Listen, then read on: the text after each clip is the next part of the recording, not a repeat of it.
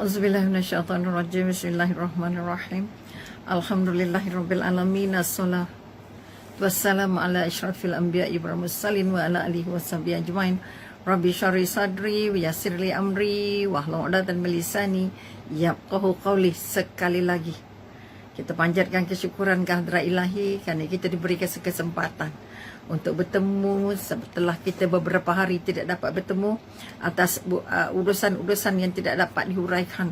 Dan kebetulan minggu yang sangat sangat padat sedikit, back to back program. Apa yang kita katakan, mudah-mudahan kesibukan itu juga diterima Allah sebagai ibadah. Dan saya Umi menyusun 10 jari, mohon ampunan maaf atas ketidakmampuan untuk bertemu hampir beberapa hari. Jadi hari ini setelah diberikan Allah sedikit kelonggaran, Umi mencuba sebaik mungkin untuk menyambung. Assalamualaikum warahmatullahi ta'ala wabarakatuh. Kita ucapkan kepada semua ahli keluarga Sembang Petang yang dipilih Allah. Juga kita panjatkan rasa syukur setinggi-tingginya. Setiap bumi Allah, setiap jengkal Allah, bumi Allah ini harus diangkat, harus ditaburkan dengan apa yang namanya rasa-rasa syukur atas nikmat sihat, nikmat kekuatan, nikmat kita diberi kesempatan masih tinggal di dunia, dan nikmat-nikmat masih dapat menuntut ilmu. Jadi sekali lagi kita ucapkan Allahumma alhamdulillahirabbil alamin. Semoga mudah-mudahan kita diterima Allah sebagai orang ataupun hamba-hamba Allah yang tahu bersyukur. Juga kita angkatkan Allahumma salli ala sayyidina Muhammad sebagai pembekal syafaat kepada kita, insya-Allah. Dengan syafaat baginda kita terselamat daripada api neraka, kita terselamat daripada perkara-perkara mungkar, dan kita terselamat daripada terjebak dalam apa yang dikatakan kefahaman yang tidak selari dengan ahli sunnah wal jamaah, yang tidak selari dengan apa yang dikehendaki Allah dan apa yang dikehendaki Rasulullah, apa yang dikehendaki oleh apa yang ajaran-ajaran Al-Quran dan juga ajaran-ajaran as-sunnah. Sebab itu ahli sunnah wal jamaah artinya orang yang paling dekat memfotokopi Rasulullah. Jadi Allahumma salli ala sayyidina Muhammad sebagai tanda kita sangat-sangat berusaha untuk layak menjadi pengikut-pengikut. Layak bukan saja menjadi pengikut, tapi pengikut yang diakui oleh Allah dan diakui oleh Rasulullah sebagai hamba Allah dan juga sebagai pengikut Rasulullah, insya-Allah. Jadi sekali lagi sampai rohani dan juga yang lain-lain. Okey, mudah-mudahan Allah beserta dengan niat kita. Allah angkat niat kita untuk mengubah diri jadi lebih dekat. Kita kalau mengikut catatan yang Umi buat ini, okay, kita masih berada di dalam tanda-tanda ataupun apa itu yang kita katakan kematian-kematian yang kita kata husnul khatimah, kematian-kematian yang kita katakan mati syahid, kematian-kematian yang kita katakan diberi ampunan, dibekalkan syurga, dan kita kata masuk syurga tanpa hisab. Waalaikumsalam Nuriaza, panjang namanya. Juga yang lain-lain yang sempat memberi salam, sama dia sempat jawab atau tak sempat, tetap Umi terima apa kita kata salamnya. Kemarin kita sudah sampai kepada sebab kematian yang ke-11 kalau ikut catatan Umi. Okey, maknanya kita kata kalau secara ringkas kita kata orang yang diterima Allah sebagai mati dalam keadaan husnul khatimah. Pertama kita kata orang yang ini sebagai ulang kaji untuk mengingat balik. Pertama, orang yang mendapat mengakhiri hayatnya dengan 2 kalimah syahadah ataupun kita kata dengan la ilaha illallah. Maknanya kita kata nafas terakhirnya, perkataan terakhirnya, ungkapan terakhirnya adalah waalaikumsalam, adalah la ilaha illallah. Itu yang pertama kita dah bincang dulu. Kedua kita kata orang yang mati dalam keadaan keningnya berkeringat. Habis saja apa kita kata melalui sakaratul maut, kita dapati keningnya berpeluh ataupun kita kata merintik-rintik, ada rintik-rintik peluh di keningnya. Itu juga menandakan dia katakan kalau mengikut apa yang dipesan oleh Allah dan Rasulullah ataupun mengikut buku yang pengarang Syekh Al-Misri ini yang ditulis dalam bukunya Ensiklopedia Kiamat ini.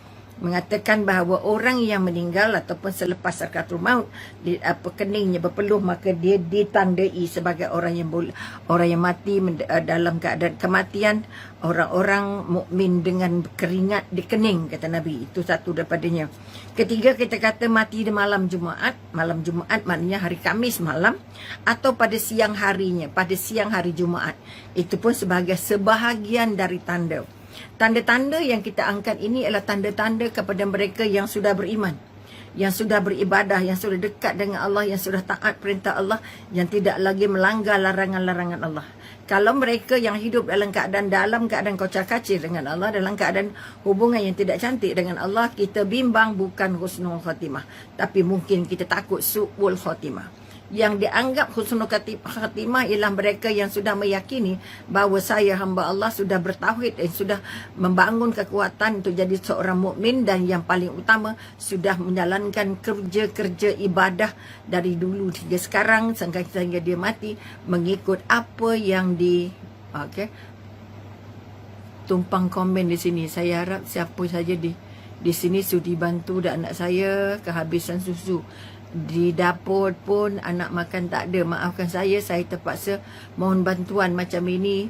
Ini sebab keadaan masa ini terlalu sibuk ataupun terlalu sulit. Maka kita ambillah nombor orang ni, katakan sahabat-sahabat kita ini yang memohon bantuan, kita mintalah nombor-nombor telefonnya supaya kita mampu untuk menghulurkan sedikit bantuan.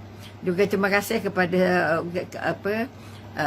Nyah Mahyum kita dari Ipoh, itu merupakan sepupu saya yang juga studi bersama. Mudah-mudahan dia terus sihat walafiat dalam keadaan yang gembira. Dan juga Junaidah. Okey, amin ya rabbal alamin. Okey, ini kekuatan yang kita nak angkat, pertemuan dia dalam maya juga merupakan pertemuan dari hati ke hati, insya-Allah. Yang ketiga, tadi kita kata mati di hari Jumaat, ada malam Jumaat ataupun hari Jumaat. Itu juga satu tanda. Yang keempat, ini ulang kaji, jadi Umi tak hurai. Sebab kita sudah sampai kepada sebab yang ataupun tanda yang ke-12. Kalau ikut catatan Umi lah. Kalau salah minta maaf lebih banyak. Okey. Kemudian keempat, kita kata ini juga ulang kaji untuk mereka yang tak sempat ke, tak ingat ke dan sebagainya lah, kita ulang kaji dia. Sebab kita kata mengulang-ulang itu untuk menjadikan ingatan kita makin kuat. Okay, merakam balik ingatan, kerana kita semakin tua semakin ingatan kita tak panjang. Tak panjang maknanya boleh ingat sekejap, lepas tu hilang. Itu kita ulang-ulang balik. Okey, selamat datang Rosnah ni, Hasniah dan sebagainya. Yang lain juga yang tak sempat disebut, minta maaf banyak. Kemudian yang keempat dikatakan mati di medan perang. Ini dah sah-sah lah. Tetapi mati di medan perang yang berniat fisabilillah, yang berniat untuk memperjuangkan agama Allah, untuk berjihad. Sebab itu kalau kita melihat pesanan daripada ulama ataupun kata pesanan dari agama, kita kata ada 3 orang. Okey, kalau ulama kata ada 3 orang. Yang pertama dicampak ke neraka, satu daripadanya adalah orang yang sudah pergi fisabilillah, sudah berperang, sudah berjuang, tapi niatnya untuk mencari nama, untuk mencari populariti, untuk mencari gelaran sebagai pahlawan. Itu pun kita takut. Bosnah, selamat datang. Assalamualaikum. Mudah-mudahan kita diberi kesihatan ke lapangan dan diberikan rasa ceria untuk terus menambah ilmu, untuk rasa paling mesra dan paling dekat dengan Allah, insya-Allah. Jadi terima kasih Bosnah Ismail. Okey. Kemudian kita kat Umi juga tidak menghuraikan contoh-contoh lagi. Maka di antara yang meninggal ialah di antara yang 3 orang pertama yang dimasukkan dalam neraka, bukan berlacur, bukan bertukar mabuk, bukan yang membuat apa-apa pun maksiat, tetapi ialah mereka yang berjuang, yang mengikut hatinya, perasaannya, atau kita kata melihat zahirnya dia berjuang kerana Allah, perang mati di medan perang. Tetapi akhirnya tersimpan di dalam hatinya niat untuk dianggap sebagai pahlawan, sebagai berani dan sebagainya. Maka dia juga tercampak ke neraka. Ini bermakna sekali lagi bukan semua jihad itu diterima Allah. Sebab itu Allah melihat jihad kita ataupun perjuangan kita, fisabilillah kita, bergantung pada bagaimana kita Rusmini, waalaikumsalam, bagaimana kita menjaga niat kita. Okey. Saudah juga selamat datang. Waalaikumsalam. Mudah-mudahan pertemuan ini dirakam sebagai pertemuan orang baik-baik, orang yang diampun. Okay? Ina Salina juga, Waalaikumsalam. Siti Anisah juga, Waalaikumsalam. Terima kasih kerana turut serta menemankan Umi petang ini walaupun kita sudah bercuti beberapa hari atas sebab-sebab yang tak dapat dielakkan. Okay, Rahimi, okay. Dan juga yang lain-lain yang sempat bersama, Nur Azah misalnya. Okey. Dan kita masih lagi membincangkan, maka Umi nak angkat balik, belum tentu orang yang mati syahid ataupun mati di medan perang itu berada atau diterima Allah sebagai husnul khatimah. Balik bergantung pada niat. Sama juga kita kata orang yang banyak bersedekah tapi niatnya untuk dianggap. Waalaikumsalam Nur Azlina. Okey, Nur Azah. Okey, tadi dah sebut dah. Mudah-mudahan Allah terima ibadah kita kerana turut serta dalam majlis ilmu walaupun kecilnya, sangatlah kecil, walaupun sangatlah singkat. Okay? Kemudian kita katakan orang yang ketiga pertama masuk syurga. Kali pertama, 3 orang yang pertama tercampak ke neraka. Pertama, orang yang berjihad tapi niatnya untuk jadi pahlawan, diagungkan sebagai orang pemberani. Kedua, orang yang banyak memberi sedekah tapi sedekahnya untuk mendapat sanjungan. Okey, Hajar Rubiah, Waalaikumsalam. Allah, nama kita dekat-dekat sama. Rubayah, saya Rubiah. Okey, ini kekuatan. Kedua, kita kata orang yang bersedekah tetapi mengharapkan dapat gelaran yang namanya pemurah, juga tidak diterima sedekahnya. Ketiga, ya Allah, orang yang mengajar. Orang yang mengajar dan belajar, orang yang belajar bukan kerana Allah, mengajar bukan kerana Allah juga tidak diterima untuk sebagai jihad. Sedangkan kita kata satu daripada ibadah yang tidak pernah habis pahalanya. Walaupun kita sudah lama berangkat dari bumi ini, ialah satu daripadanya adalah mengajarkan ilmu. Bila kita kata mengajarkan ilmu, niat kerana Allah untuk membangun kesedaran bahawa kita dekat dengan Allah, sayang dengan agama, sayang dengan Rasulullah, maka pahalanya selagi ilmu itu digunakan oleh orang yang mendengarnya, diamalkan oleh orang yang diajarkannya, maka selagi itulah pahalanya banyak. Bukan semestinya ilmu agama saja, segala ilmu yang baik, sama ada baik untuk kehidupan dunia ataupun baik untuk kehidupan akhirat. Sebab itu kita kata kita ajar orang buat kuih saja. Dan orang itu pakai keedah kita tu sampai bila-bila. Kita ajar dia masak saja. Ya Allah, saya nak masak asam pedas macam Dr. Rubiah masak. Contoh. Bermakna kita kata selagi apa saja kemahiran-kemahiran yang baik, yang membantu kepada kehidupan manusia di dunia, yang membantu dia menyedari bahawa belajar itu penting, maka itu dianggap sebagai satu daripada jihad yang pahalanya tidak pernah berhenti. Oleh itu sebab itu Nabi pesan kata apa, belajarlah walaupun satu ayat. Kalau dah belajar satu ayat, ajarkanlah yang satu ayat itu. Kalau sudah belajar Fatihah, carilah orang yang belum tahu Fatihah dan ajarkanlah Fatihah itu. Sebab itu kalau boleh kita dengan anak-anak kita, kalau katalah suami pandai mengaji, contohnya Siti Hajar, Waalaikumsalam, terima kasih turut serta mengajar. Katalah ada satu kisah yang diceritakan oleh Ustaz Mir, kata apa, isterinya minta pada dia, sebab dia Ustaz, Umi Hamidah, Waalaikumsalam, Umi Hamidah dan sahabat-sahabat yang lain, terima kasih kerana turut serta. Sahabat ini kisah ini, isteri kepada seorang da'i bercerita, dia minta dengan suaminya, okey, wahai suamiku, bagilah aku mengajarkan Al-Fatihah kepada anak-anak. Selain daripada Fatihah tu awaklah ajar sebab awak pandai. Saya nak ajar anak saya Fatihah saja. Ini sebab boleh kita ambil sebagai contoh, okey? Sebab dia sudah belajar apa saja yang kamu ajarkan kepada anak-anak, asalkan baik, baik untuk dunia ataupun baik untuk akhirat ataupun baik dunia akhirat, maka ilmu itu akan membekalkan kita pahala-pahala sepanjang zaman. Maksudnya tidak pernah berhenti walaupun kita sudah berangkat. Okey. Puan Rokiah Basir, Waalaikumsalam, terima kasih turut serta. Maka kita katakan isterinya minta dengan suaminya, awak ajar yang lain-lain, tapi saya nak ajar anak saya Fatihah. Okey. Jadi suami pun tanya, kenapa nak ajar Fatihah je? Kenapa nak ajar anak kita Al-Fatihah saja? Okey, tak anda ajar yang lain-lain. Bukan tak anda sebab anda lebih pandai. Awak lebih pandai dari saya, katanya. Jadi kita nak ambil peluang ini, kita nak ambil kesempatan ni, walaupun dia hanya satu kisah yang sangat-sangat beringan tetapi sebenarnya sangat penting. Okey. Waalaikumsalam. Maznah, terima kasih kerana turut serta pada hari ini. Okey. Umi juga minta maaf, ada masanya sempat bagi tahu, ada masanya tak sempat bagi tahu. Jadi yang tak bagi tahu itu bukan sombong, bukan sengaja. Kadang-kadang nak bagi tahu tapi dah tak sempat. Kadang-kadang nak bagi tahu tapi dah lupa. Okey. Nur Lela, terima kasih turut serta. Waalaikumsalam. Maka kita katakan, tadi dia kata kenapa awak nak ajar Fatihah saja. Maka apa yang dijawab oleh isterinya. Sebab itu kalau boleh kita nak rebut semua ni. Isterinya kata apa? Saya nak ajar Fatihah supaya setiap kali anak saya baca Fatihah, maka saya dapat pahalanya walaupun saya sudah berangkat. Kerana setiap kali dia solat, dia akan baca Al-Fatihah. Dia akan baca apa yang kita kata Al-Fatihah tadi. Maka setiap kali, kalau ibunya yang mengajarkan Al-Fatihah tadi, maka setiap kali anaknya baca Al-Fatihah, maka pahalanya mengalir pada ibunya. Okey, waalaikumsalam Nolela. Okey, terima kasih kerana turut serta. Okey, sahabat dalam Taman Syurga Maya. Oh, syukur alhamdulillah.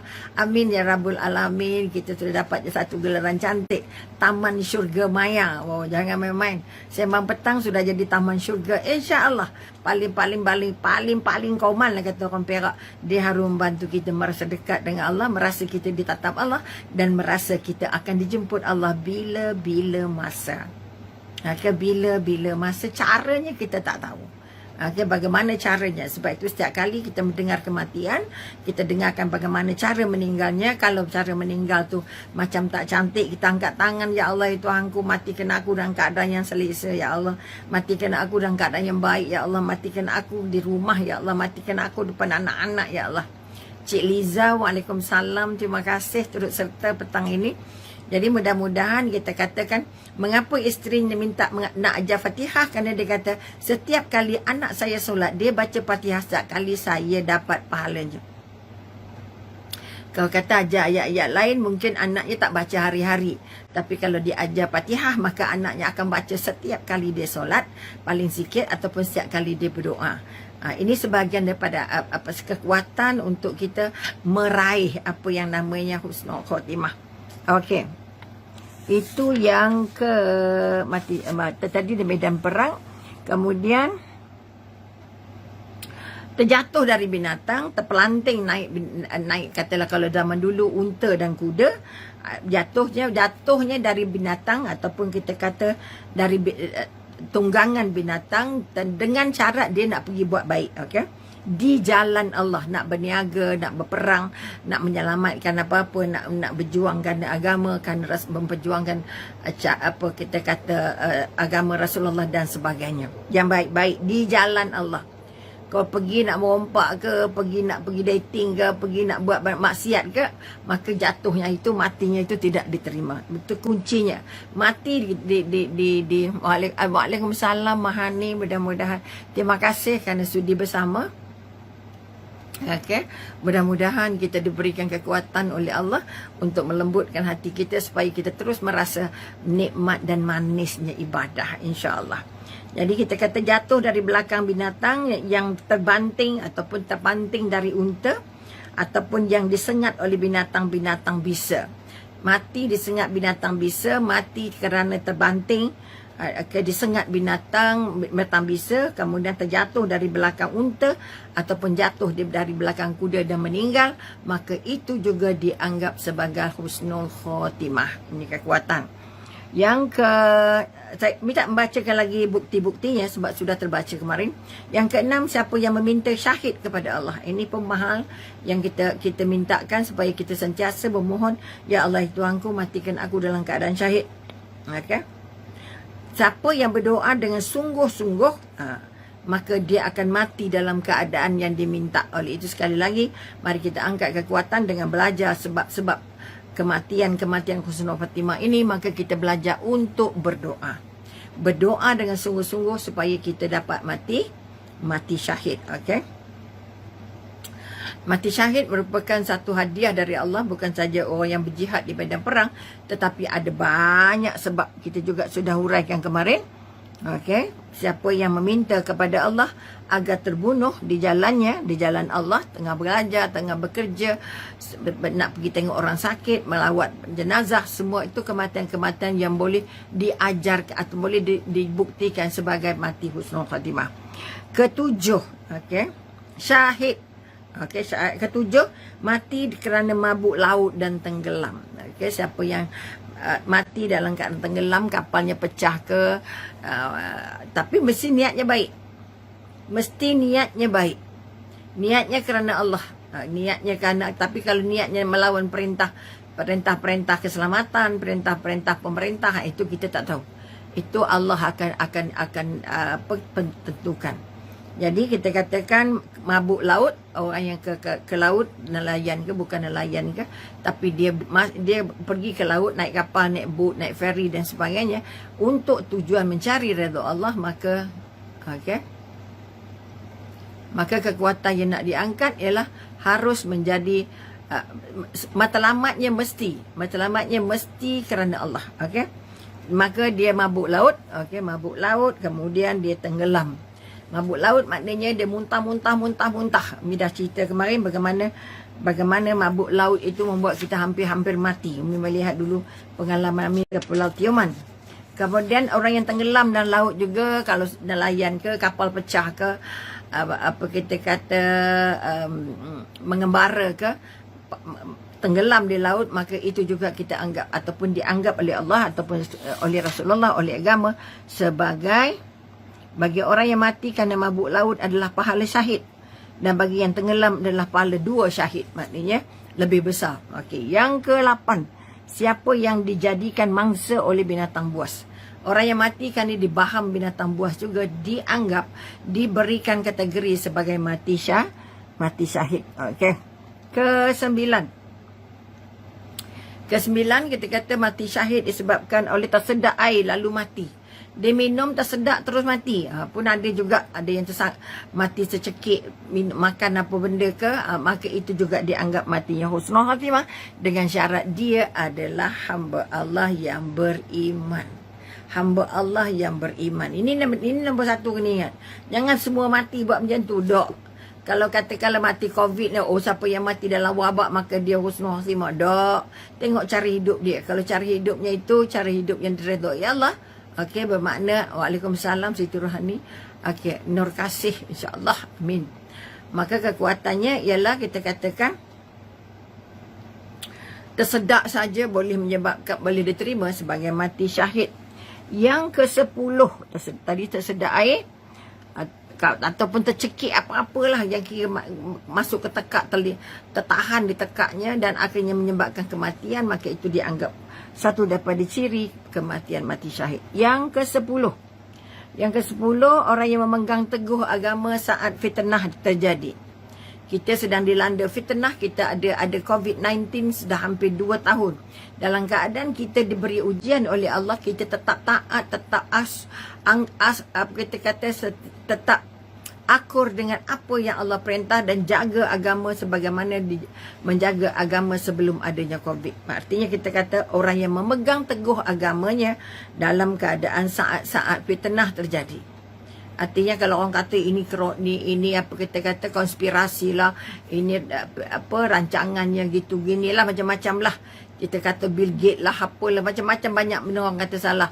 Konon-kononnya apa yang kita lalui COVID-19 ini adalah datangnya dari manusia. Kita tak dapat bukti jelas untuk itu. Jadi tak payah mengaku kalau tak ada bukti. Tetapi yang pasti bahawa tidak akan terjadi apa yang dirancang manusia sekiranya bukan dengan izin Allah. Maka bermakna Siti Rohani, Waalaikumsalam. Terima kasih banyak sudi bersama. Jadi kita nak bangun balik kekuatan bahawa kita katakan orang yang sentiasa memegang teguh agamanya, katalah ketika masjid kita tak boleh dimasuk dulu, dilarang tu, ditutup semuanya, kita tetap terus menjalankan ibadah, kita tidak ada buruk sangka dengan Allah, bermakna dalam keadaan susah macam mana pun kita tetap yakin ini datangnya dari Allah dan aku harus mentaati Allah. Jangan sampai apa ujian-ujian yang Allah beri itu menyebabkan iman kita luntur, iman kita gugur, iman kita lemah dan akhirnya kita disesatkan oleh iblis. Bukan menjadi hamba Allah tapi menjadi hamba iblis. Okey, inilah yang terjadi. Sebab itu kita jangan berhenti menambah ilmu. Kerana tanpa ilmu kita mudah tergelincir. Mudah tergelincir. Okey, kemudian kita kata orang yang tergelincir dari puncak gunung. Arti orang yang kita kata kalau dia hikers, okey, pemanjat bukit, pemanjat gunung, rentas hutan dan sebagainya. Ini kalau hidupnya beriman, jaga ibadahnya, jaga auratnya, jaga hubungannya dengan orang lain, jaga kehidupannya, tetap mentaati perintah Allah walaupun berada dalam hutan ke, dalam semak ke, dalam mana-mana ke. Okey, puncak gunung ni selalunya dah ada, kalau tak ada hutan, semak-semak lah. Jatuh dari puncak gunung dan mati, maka itu juga dengan syarat dia orang beriman, dengan syarat dia ingat Allah, dengan syarat dia ikut perintah Allah, maka jatuh dari puncak gunung juga dianggap, dikategorikan sebagai mati dalam keadaan husnul khotimah. Itu yang yang ke-11. Okey, Allah maaf, lagi 10 minit.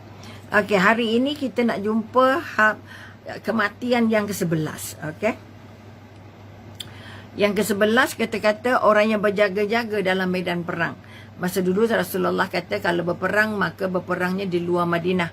Makanya orang yang datang nak berperang itu berada, kita katakan, di tempat-tempat di mana apa yang kita kata yang tempat-tempat strategik lah. Okey.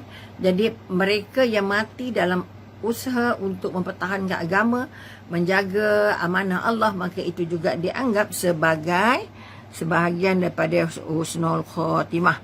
Orang yang berjaga-jaga dalam medan perang 1 hari 1 malam lebih baik dari berpuasa sebulan. Orang yang berjaga-jaga dalam medan perang, ini yang perang, sama ada perang jiwa atau perang jasad, maka kita kata 1 hari 1 malam. Okey, 1 hari 1 malam je buatnya sehari semalam, lebih baik daripada dia puasa sebulan dan solat malam. Lebih baik kalau dia berjaga. Jika dia mati, maka amal yang paling maka amal yang sedang dilakukan itu akan berlaku dan diberikan kepadanya rezeki dan terhindar dari fitnah. Apa yang dimaksudkan fitnah kubur? Okey. Kita kata 1 fitnah kubur, 1 azab kubur. Kita nak minta dengan Allah supaya kita dijauhkan dari fitnah kubur, fitnah kehidupan dan fitnah kematian. Apa maksud bezanya antara fitnah kubur dengan azab kubur? Okey, fitnah kubur ialah apa saja yang terjadi di dalam kubur, sama maknanya kita disoal, disiasat dan sebagainya. Okey, maka itu kita kata fitnah kalau kita tak dapat. Jadi maknanya pertolongan Allah itu apabila kita dapat jawab soalan-soalan muka nangkir itu. Maka kita katakan apa tadi kita kata, maknanya kita nak dihindarkan daripada neraka neraka jahim ke neraka apa yang kita kata, maka kita boleh kalau boleh. Kenapa kita kata selamatkan kami daripada neraka jahanam? Ini kita kata neraka ada 7, nanti boleh baca sendiri juga berapa banyak ada neraka-neraka ini. Maka kita katakan orang yang sentiasa berdoa, ya Allah ya Tuhanku, selamatkan aku dari azab kubur, fitnah kubur 1, azab kubur 1. Okey, apa dia azab kubur? Artinya apa dia fitnah kubur? Artinya apa saja kesulitan-kesulitan yang Allah tampilkan, Allah berikan semasa proses masuk ke dalam kubur. Kuburnya sempit, kuburnya gelap, kuburnya menakutkan, banyak kali jengking lah, macam-macam benda. Ini di antara fitnah kubur. Kemudian tak dapat jawab soalan mungkar nakir dan sebagainya, itu juga kita anggap fitnah. Apa dia azab kubur? Ini pun satu hal lagi. Jangan fitnah dengan azab tu sama. Fitnah kubur, makna fitnah kubur tadi kita dapat jawab, kita dapat jawab. Kalau tak dapat jawab, maka hidup kita makin susah untuk ke depan. Azab kubur adalah apa saja azab yang Allah bagi. Yang kata ada ular, yang ada kali jengking, yang ada macam-macam dalam kubur, itu dikatakan azab. Satu lagi fitnah. Jadi pertama kita nak selesaikan diri kita supaya kita terlepas dari fitnah. Artinya dimudahkan segala urusan soal jawab dan sebagainya. Kedua, kita nak minta diselamatkan daripada azab. Dua ni, fitnah kubur satu, azab kubur satu. Kenapa kita nak kena nak minta dengan Allah, ya Allah, jauhkan aku dari fitnahnya Jahannam. Kenapa tak minta yang sakar ke, yang apa ke? Okey, sebab itu kita kata neraka ada 7, maka neraka yang paling bawah itu tempat orang munafik. Okey. Kemudian seterusnya sampailah kita kepada neraka Jahannam. Okey. Jadi kita kata neraka yang paling bawah sekali adalah neraka Hawiyah. Bila katakan neraka Hawiyah ialah tempat orang-orang munafik. Sebab itu neraka ataupun kita kata neraka Hawiyah itu, orang itu diletakkan di neraka paling bawah, kemudian ditutup di atasnya macam kita masuk dalam peti. Jadi kalau kita dah kena api, kemudian ditutup lagi apinya dari atasnya, maka panasnya tidak terkira. Dan orang yang orang munafik ini adalah orang yang mendapat azab tanpa dapat bantuan, kecuali mereka bertaubat sebelum mati. Maka kenapa kita kata neraka Jahannam? Sedangkan neraka Jahannam itu adalah lapis neraka yang paling ringan, lapis neraka yang paling atas. Kalau kita kata minta syurga, kita nak syurga Firdaus. Juga adalah syurga paling atas. Bila kita kata syurga paling atas, maknanya yang paling hebat, yang paling cantik, yang paling bahagia. Kalau kita kata neraka Jahannam, bermakna Jahannam itu adalah neraka yang paling atas. Neraka yang paling rendah lah dia punya siksaan. Daripada neraka Hawiyah, daripada neraka Jahim, daripada neraka Sakar, daripada neraka... ada 7 nama-nama neraka. Tolong ambil kira. Jadi neraka paling bawah ialah Hawiyah, neraka paling atas ataupun yang paling ringan adalah Jahannam. Walaupun dia neraka yang paling ringan, tetapi Allah tetap minta kita, Nabi tetap minta kita supaya kita terjauh, berdoa terus dijauhkan daripada fitnah kubur, ataupun kita kata kita nak juga dijauhkan dari fitnah Jahannam. Bermakna fitnah Jahannam neraka paling atas. Apa bezanya dengan Hawiyah, neraka paling bawah? Ini dah cerita neraka lah pula. Minta maaf banyak. Okay? Kita tambah aja. Apa yang kita sempat tak tahu matinya bila. Matinya sangat dekat. Okay? Sebab itu Mi selalu ingat bahawa pesannya Imam Allahu Akbar, Imam Syafi'i kata apa? Kamu jangan bersenang-senang sangat di dunia ini, kerana kain kapan kamu sudah ditenun. Kain kapan kamu sudah ditenun. Itu kalau orang dulu semua kainnya ditenun pakai tangan. Maka sekarang kita kata kalau kain kapan kamu bukan lagi dah ditenun, sudah dilipat elok-elok, sudah dipotong, sudah ada di masjid dah. Nak tunggu je kereta jenazah, ambil jenazah bawa ke masjid je lagi. Bermaknanya kematian tu dah jauh lebih dekat kepada kita. Jadi kita kata tolong ingat diri sendiri bahawa mati tidak kira umur, mati tak kira sakit ke tak sakit, mati tak kira muda ke tua. Maka kita dipesan oleh Imam Syafi'i kata apa? Kamu jangan leka dengan kehidupan, jangan terpesona dengan dunia, kerana kain kapan kamu sudah siap ditenun. Kain kapan kamu sudah siap dipotong. Kain kapan kamu sudah berada di masjid di mana kamu menjadi karyahnya. Jadi bermakna kita kata masa yang kita ada adalah sangat pendek. Dan kita berdoa dengan Allah. Kenapa Allah kata, apapun Nabi kata selamat supaya daripada fitnah dan juga daripada siksa. Pertama, fitnahnya Jahannam. Fitnah Jahannam maknanya apa kesalahan-kesalahan kita itu akhirnya mendorong kita untuk masuk ke neraka. Neraka yang paling ringan sekali adalah neraka Jahannam. Bayangkan, walaupun neraka yang paling ringan itu neraka Jahannam, tetapi kalau boleh Nabi tak nak umatnya satu pun masuk dalam neraka Jahannam. Sebab itu kita kata bagaimana sahabat-sahabat boleh membantu dengan syafaatnya, bagaimana Nabi boleh membantu dengan syafaatnya, maka mereka yang dapat syafaat daripada Allah dibenarkan untuk masuk ke neraka mencari sahabat-sahabat mereka yang pernah berdosa tapi masih tetap beriman, dan akhirnya mereka diselamatkan. Kerana orang yang berada di neraka Jahannam ada kesempatan, ada rezeki insya-Allah untuk dapat masuk syurga setelah menjalani semua siksaan-siksaan yang berada di neraka. Sebab itu jangan berputus asa. Okey, aku ni memang jahat, patut memanglah masuk neraka. Dok, Nabi kalau boleh tak nak seorang pun umatnya terjatuh ke neraka. Sebaik walaupun mengata itu neraka sakar, itu neraka yang paling buruk sekali, neraka yang hawiyah. Maka tolong baca apa agaknya bab-bab neraka supaya kita merasa boleh bayangkan betapa sulitnya kehidupan kalau kita sudah tidak dapat selamat daripada fitnah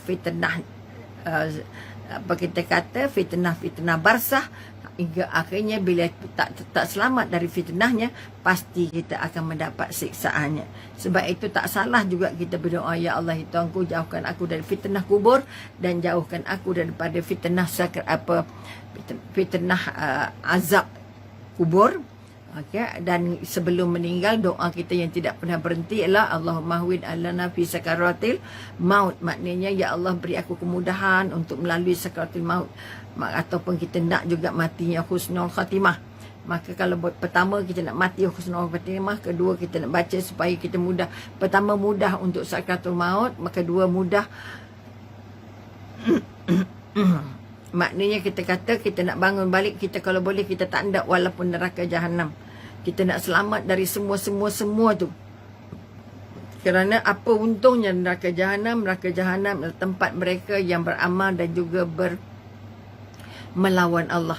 Allah masukkan dia ke neraka jahanam, neraka paling ringan kita kata, neraka jahanam, dan dibaiki semua, dibalas semua dosanya, maka dia nanti akan dikeluarkan. Ada kesempatan untuk masuk syurga.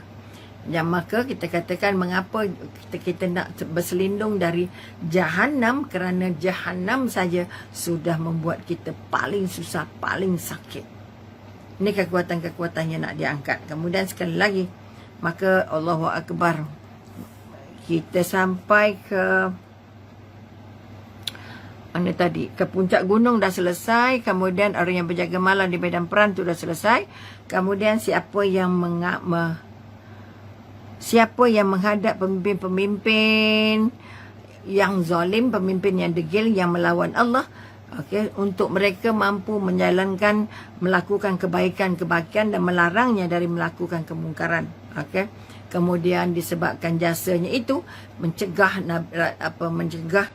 pemimpinnya ataupun mencegah pemimpinnya untuk tidak berlaku zalim, untuk tidak buat jahat, maka kita katakan itu juga sebagai contoh husnul khatimah. Siapa yang menghadap pemimpin yang lacut, yang akan melanggar perintah, lantas dia menyuruh mereka melakukan kebaikan, okay, bagi tahu, bagi nasihat, dan melarangnya dari melakukan kemungkaran, tetapi hasilnya dia terbunuh. Ini kita kata walaupun dia terbunuh tetap dalam keadaan husnul khatimah. Ini kekuatan yang nak diangkat. Ke-14. Okey, maknanya yang ke-14. Okey. Nabi bersabda, siapa yang ditutup ajalnya dengan puasa sehari, maka dia masuk syurga. Maka kita katakan apa sebab disebut begitu? Kerana pada nombor 14, mati dalam keadaan mengerjakan amal baik. Jadi apa amal baik yang kita konsisten, yang kita tetap buat? Di mana pun berada kita tetap buat. Okay, ada orang buat tahajud, ada orang buat sedekah, ada orang ngaji, ada orang baca kitab, ada orang macam-macam. Okay, mati dalam keadaan mengerjakan amal baik. Dia sedang tolong orang, dia sedang bantu orang mandikan jenazah, dia sedang masak untuk makanan orang lain. Maka semua kerja baik itu akan membantu. Kalau ditakdirkan dia mati ketika itu, maka matinya juga husnul khatimah. Ke-14. Itu ke-14. Mati dalam keadaan mengerjakan amal baik. Okey. Kemudian yang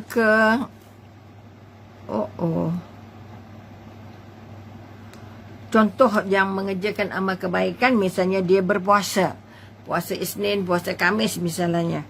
Nabi SAW bersabda, yang bermaksud siapa yang ditutup ajalnya dengan puasa sehari, maka dia masuk syurga.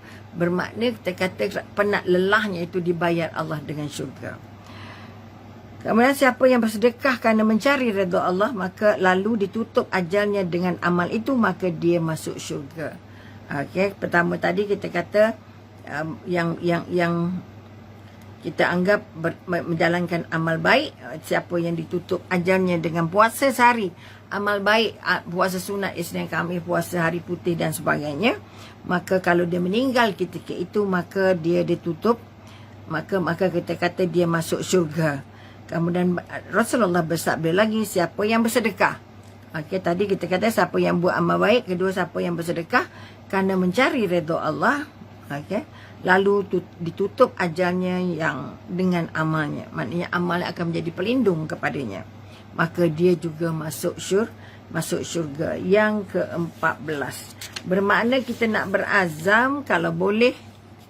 Tak lepas juga ni sayang, minta maaf banyak dengan waktu yang ada tak sempat habis, maka kita sekali lagi menyambung. Mungkin esok hari apa ya, esok tak sempat juga ni. Kemungkinan besok juga cuti, minta maaf banyak kerana ada 2 kes kaunseling yang aku harus dikendalikan. Maka kita berhenti di sini dulu disebab kematian mati dalam keadaan mengerjakan amal baik. Mengerjakan amal baik ini ya tujuannya adalah untuk mendorong kita terus membuat kebaikan sehingga kita dijemput ketika kita membuat kebaikan. Itu merupakan satu kematian yang paling mahal. Mudah-mudahan kita akan terus membuat kebaikan pada diri kita, pada orang lain, pada keluarga, pada rakan sejawat dan seterusnya, kepada semua sekali makhluk-makhluk Allah yang ada di dunia. Jadi sekali lagi, sampai di sini dulu, mengucapkan selamat berubah, selamat berjaya, selamat membangun kekuatan. Mudah-mudahan apa yang kita kongsikan ini akan menjadi buruan kita, akan menjadi sebahagian dari pilihan aku kalau boleh nak mati dalam keadaan husnul khatimah. Minta dengan Allah serius. InsyaAllah Allah tidak tolak doa kita, tapi tetap kabulkan doa kita, insyaAllah. Jadi sekali lagi terima kasih yang pada semua yang sudi menemankan Umi, Khairani misalnya dan yang lain-lain. Okay, mudah-mudahan yang kita bincangkan ini akan menjadi buah pikiran kita untuk menempah tiket mati dalam keadaan husnul khatimah, insya-Allah. Berdoakan semua kita, semua ahli sembang petang diberi kemudahan oleh Allah untuk mendapat husnul khatimah ini, ya Allah. Jadi sekali lagi, menyusun 10 jari mohon ampun dan maaf. Anda kata ada yang tak kena di mata dan di hati.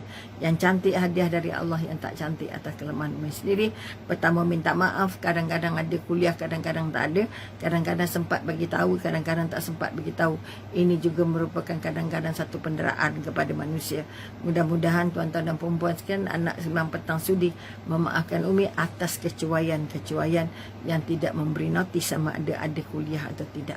Jadi sekali lagi, mendoakan sekali lagi kita sihat walafiat untuk menyambung sembang petang kita, kerana sebab kematian yang kita kata kematian dalam husnul khatimah merupakan tanda-tanda dia layak masuk ke syurga. Mudah-mudahan kita katakan hadiah itu juga ada untuk kita, insya-Allah. Jadi jumpa lagi. Assalamualaikum warahmatullahi taala wabarakatuh.